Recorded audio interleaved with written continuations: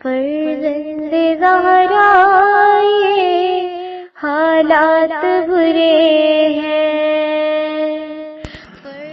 کاشانۂ بصیرت ایک ایسا مکمل یوٹیوب چینل جس پر محروم بصارت کے لیے بالخصوص اور تمام افراد کے لیے بالعموم سینکڑوں کی تعداد میں اسلامی کتب دستیاب ہیں۔ لہذا گزارش ہے کہ آپ اپنی ذمہ داری نبھاتے ہوئے کاشانۂ بصیرت کو سبسکرائب کرنے کے ساتھ ساتھ بیل آئیکن کو پریس کیجئے تاکہ آپ علم کے حصول کے ساتھ ساتھ مذہب اہل بیت کی اشاعت میں بھی اہم کردار ادا کرتے رہیں۔ کاشانۂ بصیرت، کاشانۂ بصیرت، کاشانۂ بصیرت۔ فرزند زہرا یہ حالات برے ہیں۔ السلام علیکم ورحمۃ اللہ وبرکاتہ۔ کاشانۂ بصیرت مصباح القرآن ٹرسٹ لاہور کی بہت ممنون اور شکر گزار ہیں، جس طرح وہ علوم اہل بیت کی اشاعت میں پیش ہیں۔ کاشانۂ بصیرت کی کاوشوں کو سراہتے ہوئے انہوں نے ہمیں حضرت آیت اللہ عظمیٰ محمد تقی بہجت کی کتب ہدیہ کی ہیں، تاکہ ہم علوم اہل بیت علیہ السلام کو جس طرح عوام الناس تک پہنچا رہے ہیں، ان کتب کے ذریعے مزید اس راہ میں معاون و مددگار ثابت ہوں۔ السلام علیکم ورحمۃ اللہ وبرکاتہ۔ سامعین، آپ سماعت فرما رہے ہیں گناہ کیوں میٹھا ہوتا ہے، جو کہ فرامین ہے حضرت آیت اللہ عظمیٰ محمد تقی بہجت صاحب کے، جنہیں مرتب کیا ہے آقائے استاد علی رضا محمدی صاحب نے، ترجمہ کیا ہے مولانا غلام حیدر حیدری صاحب نے۔ آج ہم آپ کے سامنے اس کی چوتھی ریکارڈنگ پیش کر رہے ہیں، صفحہ نمبر 41۔ عنوان ہے رشوت کے برے نتائج۔ علامہ بہجت فرماتے ہیں کہ کفار اسلامی ممالک پر رشوت کے ذریعے حکومت کرتے ہیں، چونکہ کفار چاہتے ہیں کہ ہم مال بھی مسلمانوں کا لوٹیں اور مسلمان ہمارے غلام بن کر بھی رہیں، تو اس کا ایک ہی طریقہ ہے، وہ یہ کہ لالچی حکمرانوں کو خرید کر عوام پر حکومت کریں اور ان کو ذلیل کریں۔ ہم کیا کریں؟ آیا کوئی راہ ہے جس کے ذریعے ہم ان کفار کی شر سے نجات حاصل کر لیں؟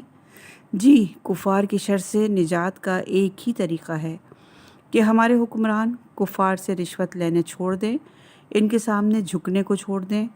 بس حکمران رشوت لے کر دھوکہ کھاتے ہیں اور کفار رشوت دے کر اپنا کام نکلواتے ہیں۔ رشوت جیسا کوئی ہتھیار کفار کے پاس نہیں ہے، اسی رشوت کے ذریعے ہی تو وہ ہم پر حکومت کرتے ہیں۔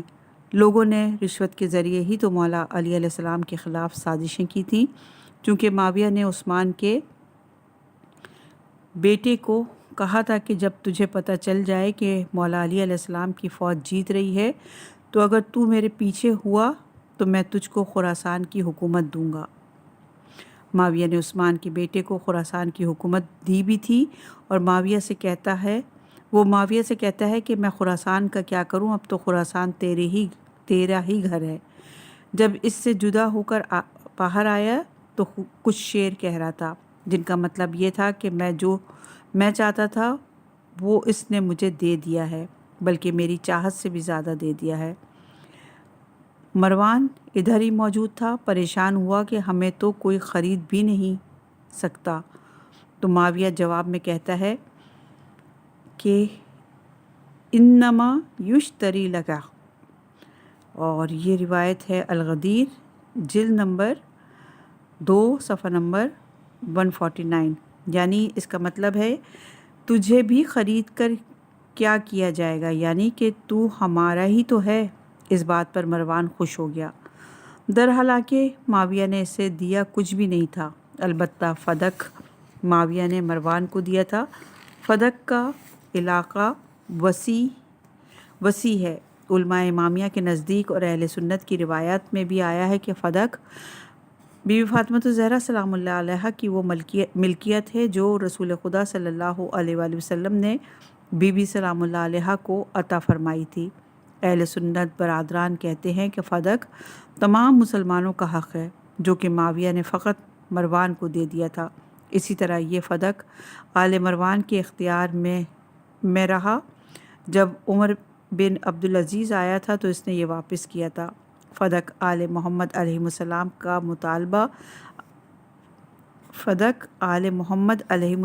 کا مطالبہ اصلی نہ تھا، بلکہ فدق کا مطلب یہ تھا کہ آل محمد کا حق جو کہ حکومت وغیرہ تھی وہ ان کے سپرد کیا جائے۔ اور یہ روایت ہے در محضر آیت اللہ بہجت جلد نمبر 2 نقطہ نمبر 630۔ علامہ عقائے بہجت فرماتے ہیں کہ رشوت کھانے کی وجہ سے عقل کی کمزوری ہے یا ایمان کی کمزوری ہے، یا دونوں کمزور ہونے کی دلیل ہیں۔ کچھ لوگ رشوت کے سامنے جھک جاتے ہیں، یہاں تک کہ اپنا دین اور وطن بھی رشوت کے لالچ میں فروخت کر دیتے ہیں۔ یہ روایت بھی در محضر بہجت جلد نمبر 3 نقطہ نمبر 177 ہے۔ صفحہ نمبر 43 ہے اور عنوان ہے جنسی گناہ کے آثار۔ علامہ عقائے بہجت فرماتے ہیں کہ روایات میں استمنا کو ممنوع قرار دیا گیا ہے۔ استمنا یا اس کے مشابہ ایسا کام کرے جس کے ذریعے انسان کی منی باہر آ جائے تو وہ زنا حساب ہوگا۔ اور یہ روایت وسائل شیعہ جلد نمبر 2 صفحہ نمبر 130، جلد نمبر 20 صفحہ نمبر 353، بہار الانوار جلد نمبر 73 صفحہ نمبر 106 پر ہے۔ 3 گروہ ایسے ہیں جن کے ساتھ اللہ تعالیٰ قیامت کے دن کلام نہیں کرے گا، اور اللہ تعالیٰ ان کو پاک بھی نہیں کرے گا، اور ان پر رحمت کی نظر بھی نہیں کرے گا، اور ان کے لیے دردناک عذاب ہے۔ ان میں سے ایک وہ لوگ ہیں جو اپنی جنسی آگ اپنے ذریعے بجھاتے ہیں۔ اور یہ روایت بھی در محضر بہجت جلد نمبر 2 نقطہ نمبر 688 ہے۔ اللہ تعالیٰ قیامت کے دن مجرم کے جرم کے سامنے اپنی دلیل پیش کرے گا۔ صفحہ نمبر 43 ہے اور یہ عنوان ہم نے آپ کے سامنے بیان کیا۔ علامہ عقائے بہجت فرماتے ہیں کہ جب حسین عورت سے پوچھا جائے گا کہ تو نے کیوں زنا کیا تھا، وہ جواب میں عرض کرے کہ مجھے اللہ تعالیٰ نے حسین بنایا تھا، جس کی وجہ سے میں اس جرم میں پھنسی تھی، تو اللہ تعالیٰ فرمائے گا کہ میں نے تجھے تقوی اور پاک دامنی کے لیے حسین بنایا تھا۔ پھر حسین مرد کو گرفتار کر کے پوچھا جائے گا کہ تو نے کیوں زنا کیا، تو وہ جواب میں عرض کرے گا کہ اے خدایا، تو نے مجھے حسن عطا کیا تھا، جس کی وجہ سے مجھے عورتوں نے فریب دیا تھا۔ تو اللہ تعالیٰ فرمائے گا کہ تو حضرت یوسف علیہ السلام سے زیادہ خوبصورت ہے، در حالانکہ حضرت یوسف علیہ السلام اتنے حسین ہونے کے باوجود اپنے دامن کو پاک رکھتے ہیں، بلکہ حضرت یوسف علیہ السلام تو اپنے امتحان میں پاک دامن اور سرفراز اور روح سفید ثابت ہوئے تھے۔ پھر کچھ لوگوں سے پوچھا جائے گا کہ تم کیوں گناہ میں گرفتار ہوئے تھے، تو وہ کہیں گے کہ ہم چونکہ مصیبت میں تھے اس لیے گناہ کیا تھا۔ تو ان سے کہا جائے گا کہ حضرت ایوب علیہ السلام پر تو اتنی زیادہ مصیبتیں اور مشکلات آئی تھیں، لیکن انہوں نے تو کوئی گناہ نہیں کیا۔ اللہ تعالیٰ ہمیں تقوی اور اطاعت اور فرمانبرداری کی توفیق عطا فرمائے تاکہ ہم سستی سے دور ہو جائیں اور اللہ تعالیٰ کے مطیع اور نیک بندے بن جائیں۔ یہ روایت بھی در محضر بہجت جلد نمبر 2 صفحہ نمبر نقطہ نمبر 1084۔ صفحہ نمبر 44 ہے، عنوان ہے اللہ تعالیٰ نے انسانوں کے گناہوں پر پردے ڈالتا ہے۔ علامہ عقائے بہجت فرماتے ہیں کہ اگر انسان گناہ کرتا ہے اور وہ گناہ پیشانی پر لکھا جاتا تو وہ سب کو پتہ چل جاتا تو اس نے گناہ کیا ہے، تو پھر ہم مسلمان اور زاہد اور نیک ہوتے، مگر یہ کہ ہم نے یہ عہد نہ کیا ہوتا کہ ہم سب خراب ہیں تو کوئی مسئلہ ہی نہیں ہے۔ جیسے کمپیوٹر کہتا ہے کہ ہم سب یہ عہد کریں کہ ایک دوسرے کی بد کرداری اور غفلت وغیرہ کو ظاہر نہیں کرنا ہے تاکہ ہم رسوائی سے بچ جائیں، تو ہمیں بھی فکر کرنی چاہیے کہ گناہوں کی وجہ سے جو رسوائی ہوتی ہے اس سے کیسے محفوظ ہونا چاہیے۔ اگر ہر انسان کی پیشانی کے ذریعے مشخص ہو کہ اس نے فلاں گناہ کیا ہے، جیسے اگر کسی دوسرے کے گھر پر نظر کی ہو تو جب دوسروں کے سامنے آئے گا تو لوگ کہیں گے کہ اس شخص کا کیا انجام ہے جو لوگوں کی عورتوں پر نظر رکھتا ہے۔ ایک حدیث اس طرح کی ہے کہ اگر ہم ایک دوسرے کے باطن سے خبردار ہو جائیں تو ہم ایک دوسرے کو دفن بھی نہیں کریں۔ اور یہ روایت بہار الانوار جلد نمبر 74 صفحہ نمبر 385، ارشاد القلوب جلد نمبر 1 صفحہ نمبر 24، امالیہ صدوق صفحہ نمبر 446 اور شرح نہج البلاغہ ابن ابی الحدید جلد نمبر 5، عیون اخبار رضا جلد نمبر 2 صفحہ نمبر 53۔ ہم کیوں گناہوں کو چھوٹا قرار دیتے ہیں؟ حتمی طور پر ہم کمال کے طلبگار نہیں ہیں۔ کیا ہم گناہوں سے فارغ ہو چکے ہیں؟ بلکہ معاملہ اتنا خراب ہو چکا ہے کہ ہم کبیرہ گناہوں کو بھی چھوٹا گناہ کہتے ہیں، یہاں تک کہ موبقات سب یعنی 7 بہت بڑے گناہوں کو بھی ہم چھوٹے گناہ سمجھتے ہیں۔ اگر کوئی انسان کے قتل کا واسطہ ہو تو کیا وہ قاتل نہیں ہے؟ تو کیا قتل کبیرہ گناہوں میں سے نہیں ہے؟ یہ روایت بھی در محضر بہجت جلد نمبر 3 صفحہ نقطہ نمبر 1797 پر ہے۔ صفحہ نمبر 44، کچھ موتیں گناہوں کی وجہ سے ہوتی ہیں، اور یہ روایت مکارم الاخلاق صفحہ نمبر 362 پر ہے جو ہم بیان کریں گے۔ وہ موتیں جو گناہوں کے نتیجے میں واقع ہوتی ہیں، ان کی تعداد اصلی عمر کے بعد واقع ہونے والی موتوں سے زیادہ ہیں۔ نیکی کی وجہ سے زندگی کا بڑھ جانا اصلی زندگی سے زیادہ ہے۔ جیسے ایک انسان کی عمر 70 سال تھی لیکن اس نے نیک کام کیے جس کی وجہ سے اللہ تعالیٰ نے زندگی میں اضافہ کر دیا۔ صفحہ نمبر 45، عنوان ہے گناہوں کے اثرات کے بارے میں امام سجاد علیہ السلام کی روایت۔ ابو خالد کابلی کہتا ہے کہ میں نے امام زین العابدین علیہ السلام سے سنا کہ چند گناہ نعمتوں کو تبدیل کر دیتے ہیں۔ نمبر 1، لوگوں پر ظلم اور زیادتی کرنا۔ نمبر 2، جس اچھے کام کی عادت تھی اس کو چھوڑ دینا۔ نمبر 3، امر بالمعروف نہ کرنا۔ نمبر 4، اللہ تعالیٰ کی نعمتوں کی قدر نہ کرنا، شکر نہ کرنا۔ یہ وہ گناہ ہیں جن کے بارے میں اللہ تعالیٰ فرماتا ہے سورہ رعد کی آیت نمبر 11 میں، قتل وہ گناہ ہے جو انسان کی پریشانی کا سبب بنتا ہے، اللہ تعالیٰ نے قتل سے منع فرمایا ہے۔ اسی طرح سورہ اسراء کی آیت نمبر 33 میں، جس فرد کے قتل کو اللہ تعالیٰ نے حرام کیا ہے اس کو تم قتل نہ کرو۔ اللہ تعالیٰ قابیل کی داستان میں فرماتا ہے کہ جب قابیل نے حضرت حابیل کو قتل کیا تو اب قابیل دفن حابیل سے عاجز تھا۔ قابیل کے سرکش نفس نے بھائی کے قتل کو اس کی نگاہوں میں زیبا کر دیا۔ سورہ مائدہ کی آیت نمبر 31 میں ارشاد ہے کہ قابیل حضرت حابیل کے قتل کے بعد پشیمان ہوا۔ اپنی برادری سے تعلقات کو ختم کر دیں یہاں تک کہ موت آ جائے۔ نماز کو نہ پڑھنا اور وصیت نہ کرنا،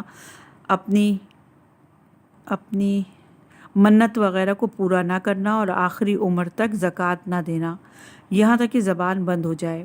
کچھ گناہ اللہ تعالیٰ کے غضب کا سبب ہیں۔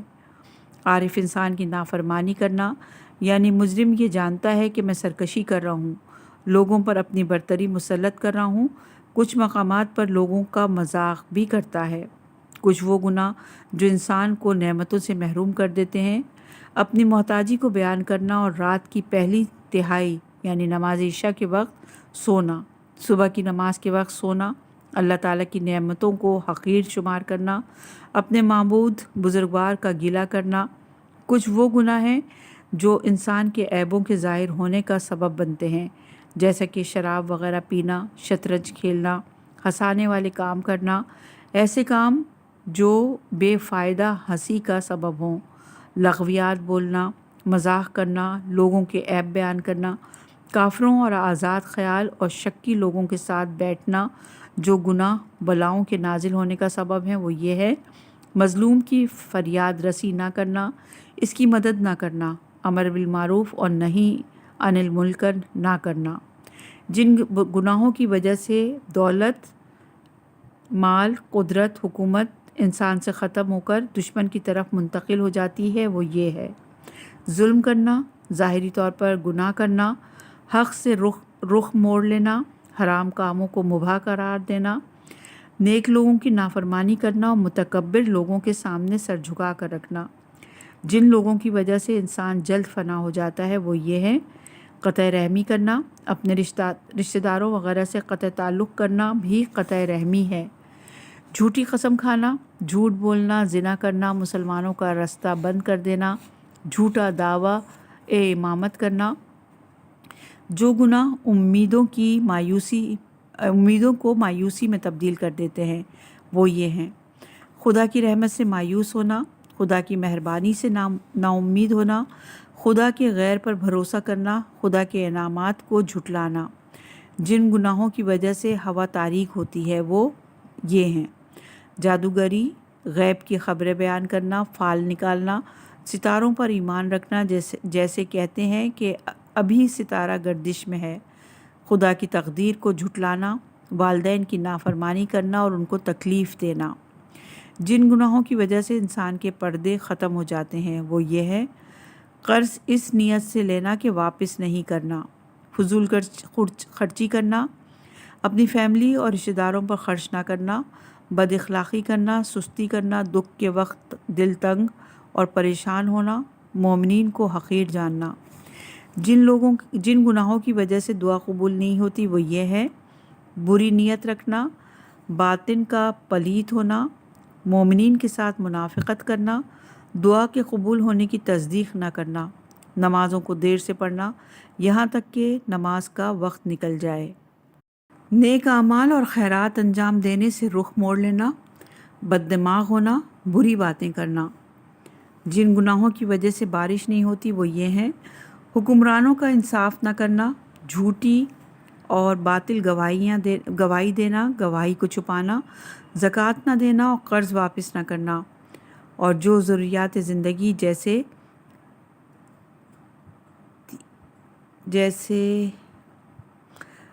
برتن وغیرہ کسی سے لے کر پھر واپس نہ کرنا، سائل وغیرہ کے معاملے میں سخت دل ہونا، یتیموں اور بیوہ عورتوں پر ظلم کرنا، درخواستوں کو رد کرنا اور اس کا جواب بھی نہ دینا، رات کے وقت سائل کو خالی لوٹانا۔ یہ تمام روایتیں مانی الاخبار ترجمہ محمدی جلد نمبر 2 صفحہ نمبر 152 سے 155، ابن بابویہ محمد بن علی مانی الاخبار نمبر 1 جلد، دفتر انتشارات اسلامی وابستہ اور جامع مدرسین حوزہ علمیہ قم، اور مانی الاخبار دارالکتاب اسلامیہ تہران سے چھپی، ان سب میں یہ روایات موجود ہیں۔ صفحہ نمبر 47 ہے، 6 فصل شروع ہو رہی ہے اور عنوان ہے گناہوں کو چھوڑنے کی راہ۔ دوسروں نے اصلاح کر لی، ہم بھی اپنی اصلاح کریں۔ علامہ آقائے بہجت فرماتے ہیں کہ ہدایت کا راستہ لوگوں کے لیے کھلا ہوا ہے اور ہر انسان اپنی اصلاح کر سکتا ہے، چونکہ دلیلیں یہ بیان کرتی ہیں کہ حجت تمام ہو چکی ہے، خواہ ہم اللہ تعالیٰ کا حکم جانتے ہوں یا نہ، چونکہ نہ جاننا ہمارے اعمال کا نتیجہ ہے، جیسا کہ اللہ تعالیٰ قرآن مجید میں ارشاد فرماتا ہے کہ سورہ رات کی آیت نمبر 11، خداوند متعال نے جو نعمتیں ایک قوم کو عطا کی ہیں ان میں تبدیلی نہیں کرتا یہاں تک کہ انسان اپنے آپ کو تبدیل کرے۔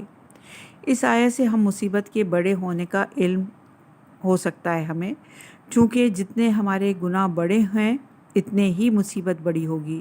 اس دنیاوی مصیبت کے علاوہ قیامت اللہ تعالیٰ کی بارگاہ میں بھی ہم سے ہمارے گناہوں کا سوال ہوگا۔ جیسے اگر ایک انسان 1000 انسان کا قاتل ہو تو کیا اس کے قتل کے ساتھ اس کے تمام گناہ معاف ہو جائیں گے اور اس کی تمام برائیاں نیکیوں میں تبدیل ہو جائیں گی؟ یہ عذر دوسرے بھی کرتے ہیں اور ہم بھی کرتے ہیں، لیکن یہ قبول نہیں ہوگا، اس لیے کہ دنیا والے اور کفار کا معیار اکثریت ہے۔ بنابراین ہم پر تمام مصیبتیں ہمارے ہی اختیار سے آتی ہیں، چونکہ ہم نے خود اللہ تعالیٰ کی اطاعت سے دوری اختیار کر لی ہے، پھر گویا یہ مصیبتیں بھی جو ہم پر آ رہی ہیں وہ بھی ہمارے اختیار سے آ رہی ہیں، چونکہ جن مشکلات میں ہم گرفتار ہیں وہ ہمارے ہی اعمال کا نتیجہ ہے۔ اور یہ روایت موجود ہے در محضر بہجت جلد نمبر 2 نقطہ نمبر 713، صفحہ نمبر 47 ہے، عنوان ہے نافرمانی نہ کرنا ہی نجات کا راستہ ہے۔ ایک آدمی علامہ آقا بہجت سے پوچھتا ہے کہ خدا کے قریب ہو جاؤں اور سیر و سلوک کی راہ پر چلوں کہ اللہ تعالیٰ کے قریب ہونے اور سیر و سلوک کی راہ پر چلنے کا طریقہ کیا ہے؟ آقا بہجت فرماتے ہیں اس کے جواب میں کہ اگر اپنے ارادے میں سچے ہو تو پھر اس کا طریقہ یہ ہے کہ فقط گناہوں کو چھوڑ دو، نجات حاصل کر لو گے، اگرچہ 1000 سال بھی زندگی ہو تو بھی کافی ہے۔ اس تمام زندگی میں نجات کا راستہ فقط نافرمانی نہ کرنا ہے۔ صفحہ نمبر 48، عنوان ہے گناہوں سے دور ہونے کا مسئلہ۔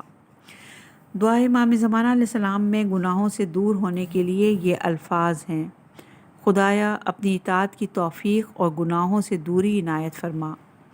گناہوں سے دور ہونے کا مطلب یہ ہے کہ ہم تقوی و پرہیزگاری اختیار کریں، خدا کی نافرمانی سے پرہیز کریں۔ یہی گناہوں سے دوری پرہیز کرنا ہی ہدایت کی چابی ہے اور کمالات حاصل کرنے کی راہ ہے، چونکہ گناہ ایک خطرناک آفت ہے جس کے نتیجے میں ہم ہلاک ہو سکتے ہیں اور اللہ تعالیٰ کے عذاب میں بھی گرفتار ہو سکتے ہیں۔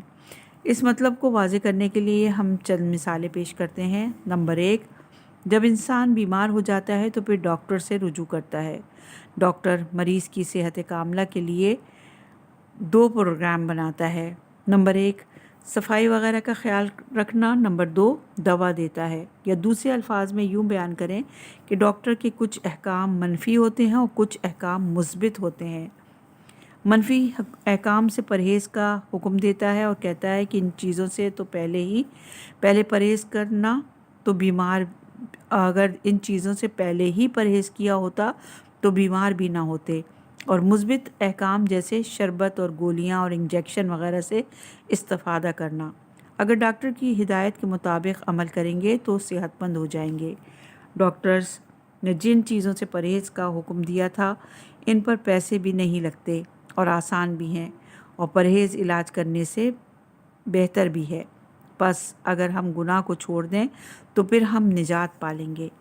نمبر 2 ہے، آپ ایک درخت کا تصور ذہن میں رکھیں اور پھر سوچیں کہ اس درخت کی نشو و نما کے لیے ہوا اور سورج اور کھاد، آزاد ماحول کا ہونا ضروری ہے، لیکن آپ جانتے ہیں کہ صرف ان چیزوں کے ذریعے درخت پروان نہیں چڑھ سکتا، بلکہ درخت سے بیماری وغیرہ کو دور کرنا بھی ضروری ہے تاکہ درخت صحیح نشو و نما کر سکے۔ یہی حال انسان کا ہے۔ کمالات معنوی کو حاصل کرنے کے لیے کچھ اسباب کا ہونا ضروری ہے، جیسے علم اور ایمان، عمل صالح، اللہ تعالیٰ کے ساتھ عارفانہ تعلقات کا ہونا، لیکن پھر یہ چیز انسان کی آخرت کے لیے کافی نہیں ہے۔ جب خود کو آفات گناہ سے دور نہ کرے، اپنی پرہیزگاری اور تقوی کے ذریعے ہر طرح کے گناہ سے قطعی طور پر پرہیز کرے، تب درجہ کمال کو حاصل کرے گا۔ اگر ہم گناہ کرتے ہیں تو پھر ہم معنوی طور پر تباہ اور ہلاک ہو جائیں گے، اور پھر اللہ تعالیٰ کے نزدیک ہمارا کوئی معیار نہ ہوگا۔ جیسا کہ دعا امام زمانہ علیہ السلام میں ہم پڑھ چکے ہیں کہ ہم گناہوں سے دوری اختیار کریں۔ گناہ کا دامن وسیع ہے، ہمیں چاہیے کہ پہلے گناہوں اور ان کے برے اثرات کو جانیں، پھر ہم گناہوں کا معاملہ کر سکیں۔ جیسا کہ اللہ تعالیٰ قرآن مجید میں فرماتا ہے سورہ زاریات کی آیت نمبر 50 میں، ہر طرح کے گناہ اور انحراف سے رخ موڑ کر تم اللہ تعالیٰ کی طرف فرار کرو، میں تم کو کھلا مکھلا ڈرانے والا ہوں۔ قرآن مجید کی اور آیت میں یہ بیان کیا گیا ہے کہ تم گناہ سے دوری اختیار کرو، گناہ کے قریب بھی نہ جاؤ، اور سختی سے بیان کیا گیا ہے کہ تم گناہوں سے پرہیز کرو، جیسا کہ اللہ تعالیٰ فرماتا ہے سورہ نحل کی آیت نمبر 36 میں کہ تم طاغوت سے دوری اختیار کرو۔ پھر ارشاد الہی ہوتا ہے سورہ انعام کی آیت نمبر 151 میں کہ تم چھپ کر یا ظاہری طور پر برے کاموں کے قریب مت جاؤ۔ اللہ تعالیٰ فرماتا ہے سورہ اسراء کی آیت نمبر 36 میں اور سورہ زاریات کی آیت نمبر 50 میں کہ تم یتیم کے مال کے قریب نہ جاؤ، یتیم کے مال کی طرف تم راغب نہ ہو۔ اللہ تعالیٰ فرماتا ہے کہ تم گناہوں سے اللہ تعالیٰ کی طرف فرار اختیار کرو۔ اس آیت میں اللہ تعالیٰ یہ بیان کرنا چاہتا ہے کہ تم ایک لہجہ بھی غفلت نہ کرو اور جلدی سے گناہوں سے دور ہو جاؤ۔ اس طرح کی تعبیرات ایک قسم کی خطرے کی گھنٹی ہیں، چونکہ ان تعبیرات پر عمل نہ کرنا دو طرح کے خطرے کے سبب ہیں، جیسا کہ کہتے ہیں مٹی کے تیل کو تیلی نہ لگانا، اور پیٹرول کے بارے میں کہتے ہیں کہ ماچس بھی قریب نہ لے جانا، ممکن ہے کہ ایک بہت بڑے حادثے کا سبب بن جائے۔ گناہ سے دوری کا موضوع یہ بیان کرتا ہے کہ اللہ تعالیٰ کی نافرمانی میں ایسا وسوسہ ہوتا ہے کہ جو ہم کو گناہ میں گرفتار کر دیتا ہے، پس ہم کو چاہیے کہ بالکل گناہ کے قریب ہی نہ جائیں۔ پس ہم کو چاہیے کہ جو چیزیں گناہ کی طرف توجہ کراتی ہیں، جیسے فاسد اور آلودہ ماحول، حرام کا رزق، برے دوستوں سے دوری اختیار کریں، چونکہ یہ چیزیں ہم کو گناہ کے گڑھ میں گرا دیں گی۔ جیسا کہ مولا علی علیہ السلام فرماتے ہیں کہ جو شخص اللہ تعالیٰ پر اور قیامت کے دن پر ایمان رکھتا ہے، اسے کسی تہمت والی جگہ پر کھڑا نہیں ہونا چاہیے، اور یہ روایت اصول کافی جلد نمبر 2 صفحہ نمبر 378 پر ہے۔ امام صادق علیہ السلام فرماتے ہیں کہ جو انسان اللہ اور قیامت کے دن پر ایمان رکھتا ہے، اس کو ایسی محفل میں نہیں جانا چاہیے جہاں امام علیہ السلام کی توہین یا مومن کی غیبت ہوتی ہے، اور یہ روایت ہے اصول کافی جلد نمبر 2 صفحہ نمبر 277۔ روایات میں گناہ سے دوری کے بارے میں گناہ سے ہجرت کی تعبیر پیش کی گئی ہے، جیسے ایاک و ایاکم، یہ عبارت بیان کرتی ہے کہ شدت کے ساتھ گناہوں سے دوری اختیار کرو۔ اسی طرح ایک جگہ ارشاد ہوتا ہے کہ گناہوں سے ڈرو اور شدت سے ڈرو، کہیں گناہوں کی چال میں پھنس نہ جاؤ، جیسے کہ امام علی علیہ السلام فرماتے ہیں چغل خوری سے سخت دوری اختیار کرو، چونکہ چغل خوری دلوں میں کینوں کا سبب بنتی ہے، اور یہ انسان کو اللہ تعالیٰ اور لوگوں سے دور کر دیتی ہے، اور یہ روایت غرر الحکم جلد نمبر 1 صفحہ نمبر 149 پر۔ مولا علی علیہ السلام فرماتے ہیں بری بات کرنے اور جھوٹ بولنے سے پرہیز کرو، کیونکہ جو آدمی بھی یہ کام کرتا ہے اس کو جھوٹ بولنے والی صفت عیبدار بنا دیتی ہے۔ امام باقر علیہ السلام فرماتے ہیں کہ مہاجر وہ ہیں جو گناہوں سے دوری اختیار کرتا ہے، اور یہ روایت ہے اصول کافی جلد نمبر 2 صفحہ نمبر 143، اور کافی ہی کی جلد نمبر 2 صفحہ نمبر 253 پر بھی 235 پر بھی یہ روایت موجود ہے۔ اس قسم کی حدیثیں یہ بیان کرتی ہیں کہ گناہ بہت خطرناک ہے، اور گناہ انسان کو تباہ و برباد کر دیتا ہے۔ حتمی طور پر انسان کو گناہوں سے پرہیز کرنے چاہیے، ورنہ انسان دنیا اور آخرت میں بدبخت ہو جائے گا۔ پاک نبی خدا صلی اللہ علیہ وآلہ وسلم حضرت ابوذر کو گناہوں سے دوری کے بارے میں بڑے لطیف انداز میں خطاب فرماتے ہیں، کہتے ہیں کہ مومن انسان جب گناہ کو دیکھتا ہے تو خود کو یوں محسوس کرتا ہے جیسے وہ ایک سنگین پتھر کے نیچے کھڑا ہے، اور ہر لحظہ اس خوف میں ہے کہ کب یہ پتھر مجھ پر گر کر مجھ کو ہلاک اور برباد کر دے گا۔ لیکن کافر کے نزدیک گناہ ایسے ہے جیسے کہ مکھی اس کی ناک کے قریب سے گزری ہے۔ یہ روایت بحار الانوار جلد نمبر 77 صفحہ نمبر 79 پر ہے۔ صفحہ نمبر 51 عنوان ہے دوسروں کے گناہوں پر راضی نہ ہونا بھی گناہوں سے دور ہونے کا سبب ہے۔ گناہوں میں گرفتار ہونے کے ذرائع میں سے ایک یہ ہے کہ انسان دوسروں کے گناہوں سے راضی رہے۔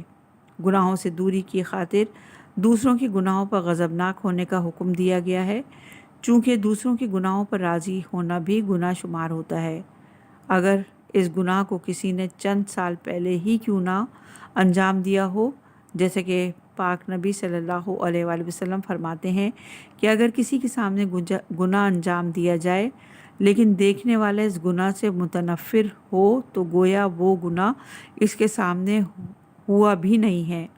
اگر کوئی شخص دوسرے آدمی کے گناہ کرنے کے وقت گناہ کرنے والے سے دور ہو لیکن اس کے گناہ کرنے سے راضی ہو تو گویا وہ گناہ اس کے سامنے ہوا ہے، اور یہ روایت ہے وسائل شیعہ جلد نمبر 11 صفحہ نمبر 410 پر۔ امام حسین علیہ السلام کی زیارت میں آیا ہے کہ خدا ان لوگوں پر لعنت کرے جن لوگوں نے واقع کربلا سنا اور ظالموں کے ظلم سے راضی ہیں۔ بس خلاصہ کلام یہ ہے کہ انسان کو گناہ کی طرف لے جانے والا شیطان ہے۔ چونکہ شیطان اپنے وسوسے کے ذریعے انسان کی روح کو نفس امارہ بنا دیتا ہے اور نفس امارہ انسان کو گناہ کی طرف لے جاتا ہے۔ بس ہم کو چاہیے کہ شیطان کے ساتھ جنگ، جو کہ جہاد اکبر ہے، کریں۔ اس کی بہترین راہ یہ ہے کہ انسان کمالات معنوی کو حاصل کرے تاکہ عقل قدرت مند لشکر شیطان کے لشکر پر غالب آ جائے۔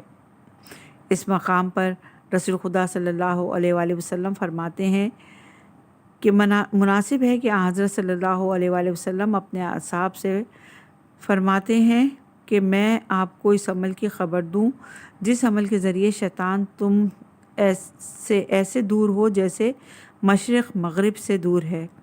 اصحاب رضوان اللہ علیہم نے عرض کی کہ جی مولا فرمائے، تو حضرت صلی اللہ علیہ وسلم نے فرمایا کہ روزہ انسان کا چہرہ سیاہ کر دیتا ہے، خدا کے لیے دوستی کرنا اور تقوی اور عمل صالح شیطان کی پیشانی کو خراب کر دیتا ہے۔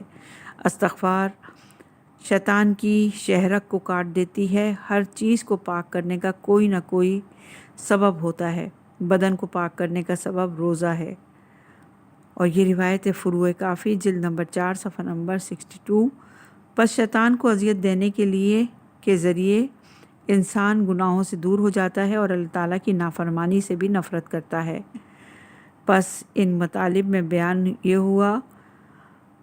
ہوا کہ انسان کو گناہوں سے بہت دور ہونا چاہیے، بلکہ انسان اپنے ذہن کو بھی خواہش گناہ سے پاک کرے۔ اپنے بیان کو یہیں روکتے ہیں، انشاءاللہ کہ اگلی ریکارڈنگ میں سے آگے بڑھائیں گے انشاءاللہ۔